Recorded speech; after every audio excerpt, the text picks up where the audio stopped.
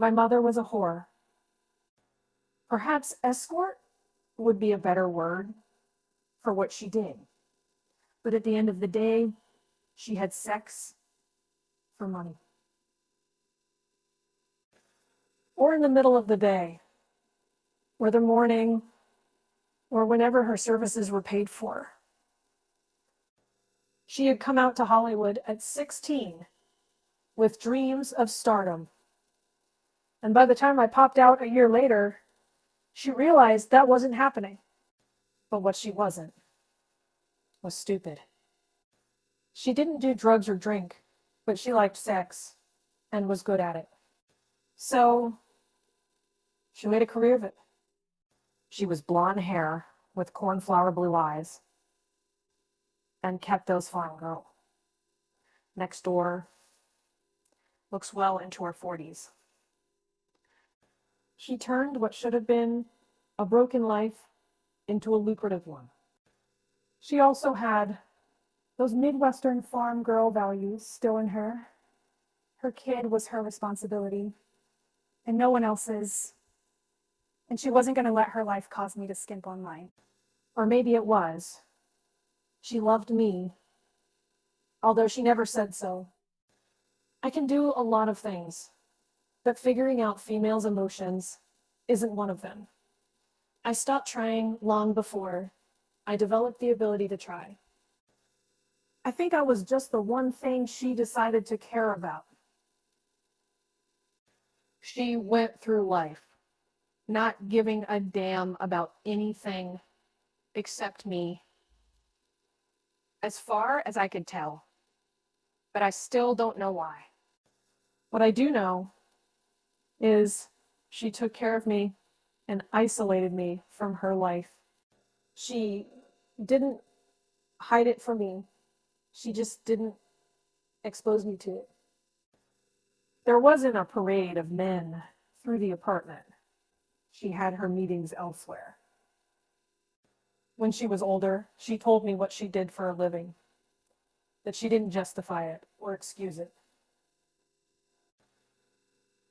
It was what it was. And I just had to accept it. Or not. And she told me what she learned from the men she met, how to read them, how to use them. She had the whore's cynical view of human nature and had seen more than her share of the dark side. Like Dorian Gray's picture, though, it never showed on her face. When I was old enough, she sent me to private schools, good ones, foreign and domestic, most with a military basis. After I turned 8, I only saw her on holidays, and we usually spent them traveling. We would spend 2 weeks in New York, or Paris, or half the summer in Brazil. It worked for both of us, not being together each day. Emotions weren't something that I was all that interested in either.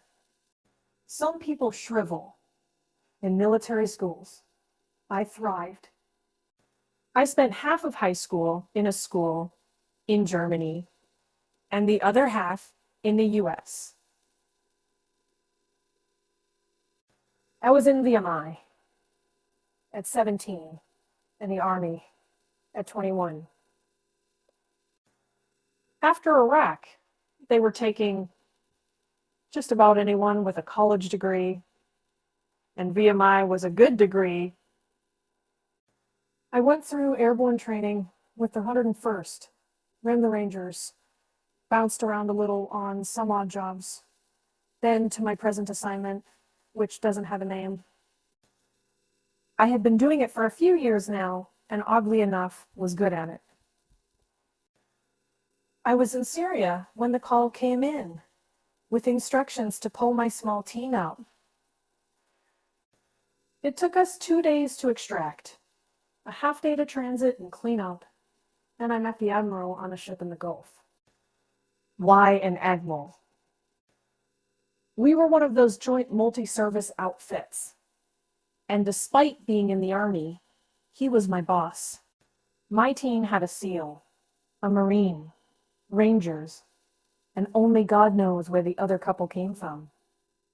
Jail, possibly, maybe an asylum of some type. They were good, disciplined, and dependable, but some of them were just fucking psychotic. We fit in well together, then had each other's backs. The Admiral was curt, but then he always was. We have a situation. Your mother was severely beaten and left in an alley.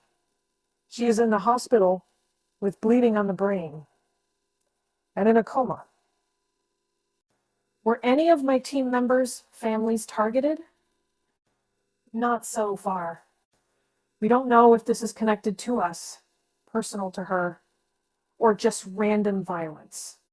If it is related to our work here, then our security has been compromised. Either way, I am sending you to Los Angeles to ascertain the facts and, if necessary, eliminate the threat. Until then, your team is offline. Understood, sir. How long do I have?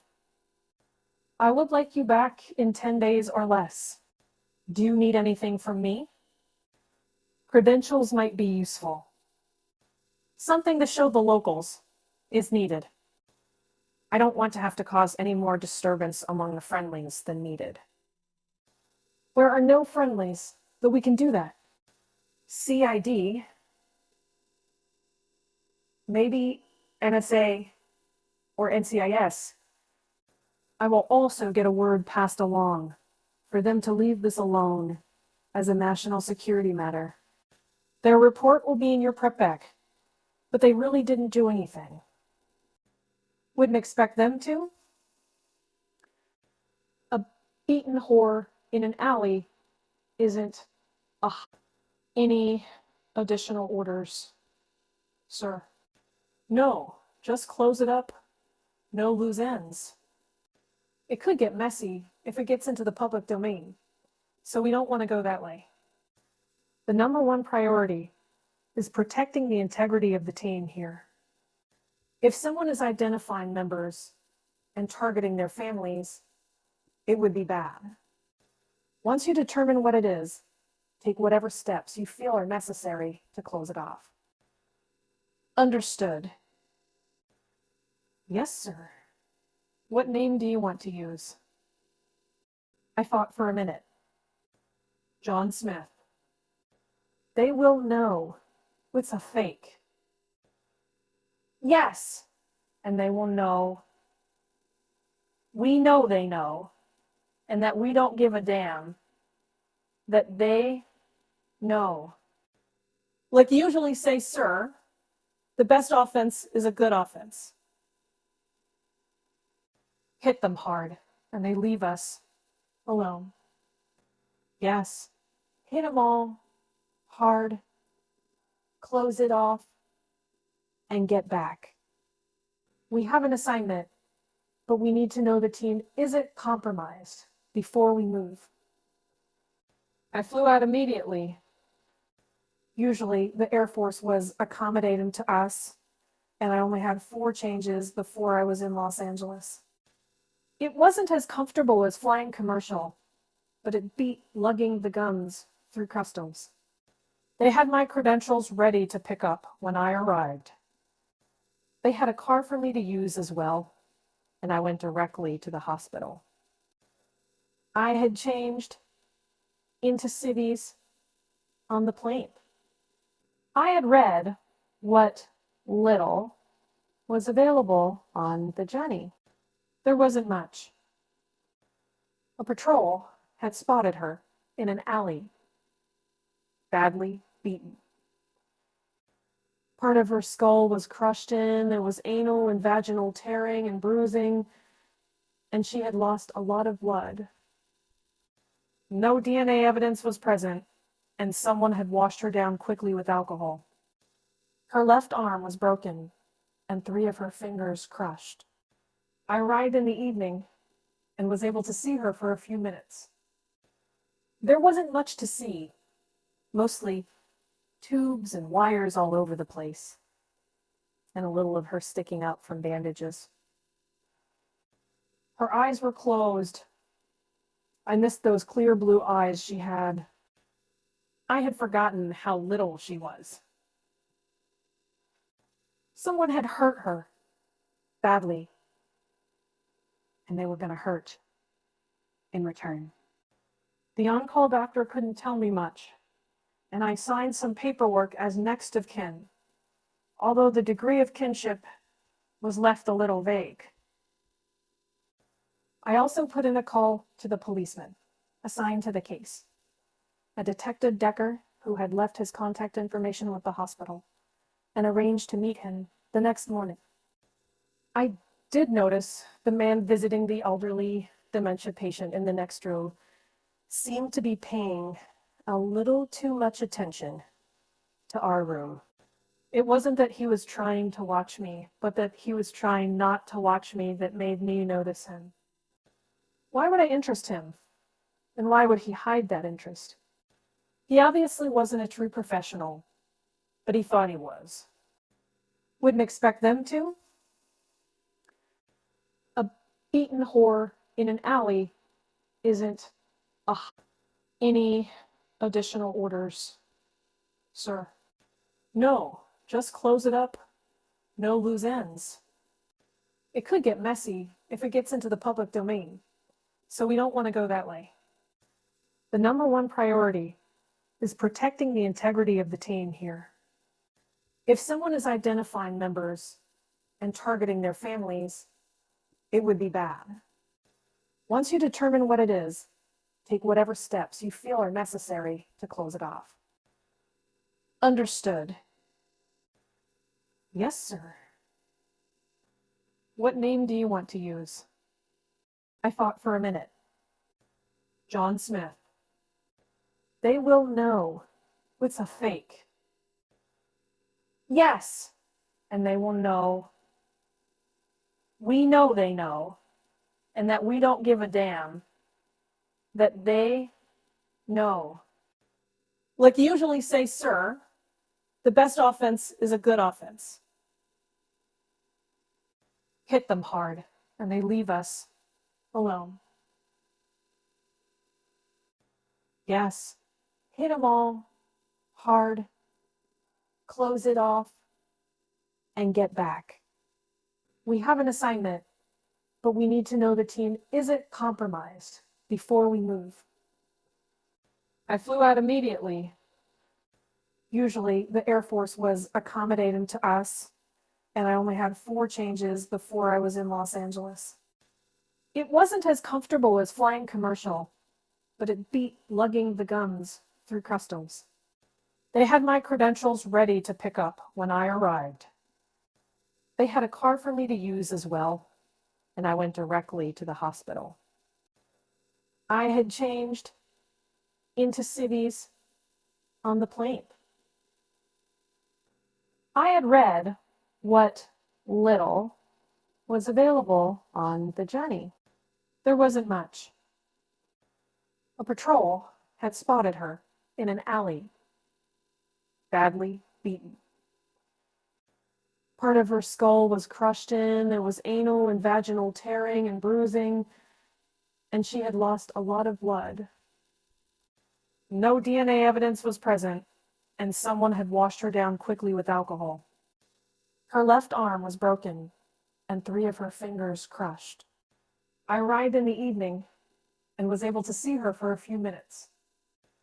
There wasn't much to see, mostly tubes and wires all over the place, and a little of her sticking out from bandages. Her eyes were closed. I missed those clear blue eyes she had. I had forgotten how little she was. Someone had hurt her badly, and they were going to hurt in return. The on-call doctor couldn't tell me much, and I signed some paperwork as next of kin, although the degree of kinship was left a little vague. I also put in a call to the policeman assigned to the case. A Detective Decker who had left his contact information with the hospital and arranged to meet him the next morning. I did notice the man visiting the elderly dementia patient in the next room seemed to be paying a little too much attention to our room. It wasn't that he was trying to watch me, but that he was trying not to watch me that made me notice him. Why would I interest him? And why would he hide that interest? He obviously wasn't a true professional, but he thought he was. I met Decker at a local coffee shop the next morning. He didn't look at that great, like he had a hard night, so I sprung for 2 coffees. I missed strong black coffee, but with a shot of turbo, something in it. This was almost drinkable.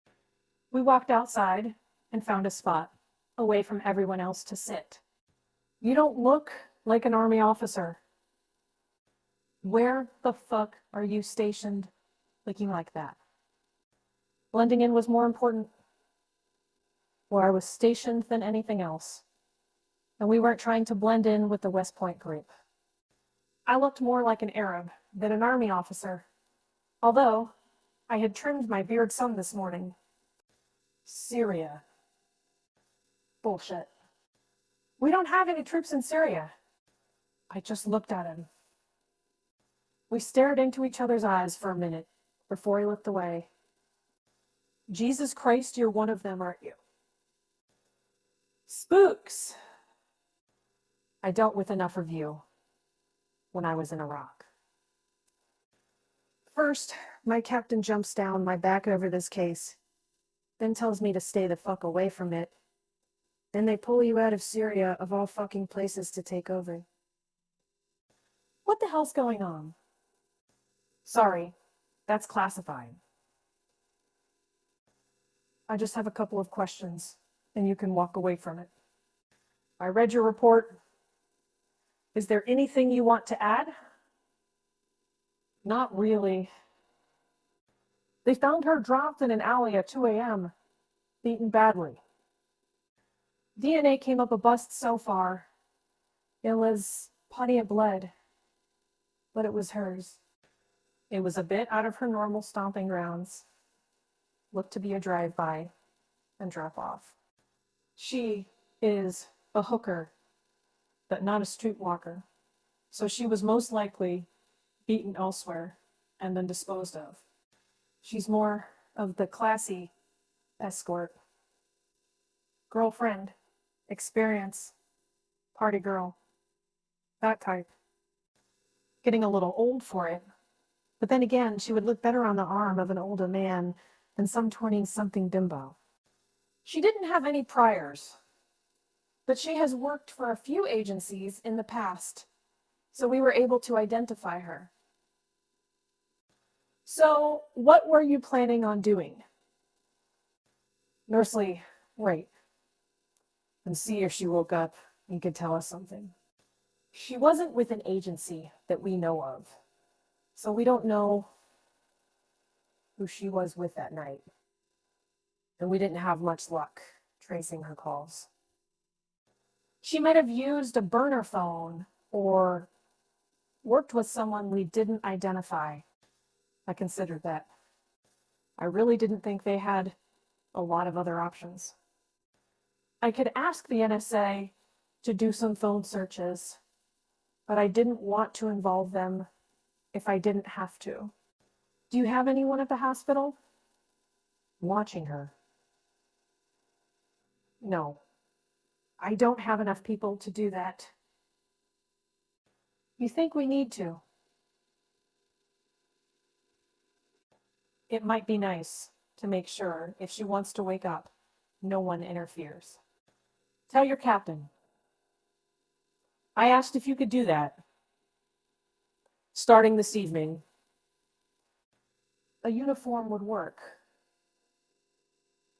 I'm sure he will be agreeable. Anything else you can think of? How can I get in touch with you if I need to? I'm staying at the Sheraton on Hope Street when 4:02. John Smith, just leave a message at the desk to call you. He looked at me. I know she was a whore, but I don't like seeing any women beaten like an animal. I don't think I will ever get used to it. You need help, you call. I may not like spooks, but I like this even less. I went back to the hospital. I thought if the shadow was back, I could get him to tail me. The same man was watching the room as the last time. It was a fairly loose surveillance he was putting on, but as Decker had assured me, the Lopos weren't doing it, and as I assumed they didn't have the resources for surveillance available for this case, I tended to believe him.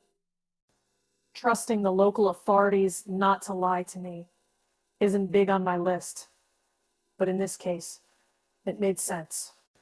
Besides, if they had lied, it wasn't my fault if one of their own was hurt. I let him follow me from the hospital.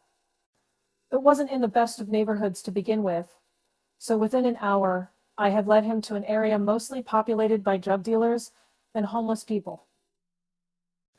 I wanted to have a little talk with him, and really didn't want anyone listening in. We went down a couple of alleys until I found what I was looking for, a dark spot behind a couple of old burned-out warehouses or machine shops or something. When I ducked in the alley, he waited a minute to follow, and when he didn't see me, started jogging towards the end. It only took a moment to slip in behind him and put my 9mm behind his right ear. I quickly relieved him of his gun, phone, and wallet, and zip-tied his wrists, knees, and ankles. The wallet didn't have much. A couple of debit cards, some assorted bills, mostly 10s and 20s, and the California driver's license. James Wallace was his name. He looked like a stupid one, more built for bouncing heads in a bar than trailing a man through the street. I squatted down next to him. I had him sitting down, back to the wall, hands tied in front of him. So, tell me, Jimmy, who are you working for? I'm not telling you shit. I was just walking down the street when you jumped me. We can do this easy or hard, Jimmy. Tell me who you're watching the hospital for, and I let you go. I'm not telling you nothing. Why do they always say that? They always promise not to talk, but they eventually all do. Civilly, I didn't have a lot of time to go slow on this one, though. We were out in a public place. I had sort of pulled him behind an old stairwell, but it was still exposed. So I wanted to end it quick. Anything. You're not telling me anything. Not telling me nothing is a double negative. Huh? Okay. Here's how this is going to go. In a minute, I'm going to ask you again, nicely, who hired you? If you don't answer, I will put a cloth in your mouth. You might want to bite down on it. Hard. Then, I'm going to pull one of your fingernails out. Then, I will take the cloth out and ask again. If you don't answer, the cloth goes back in and you lose another fingernail. We keep this up until you talk, or you run out of fingernails. Then we start to do things that really hurt.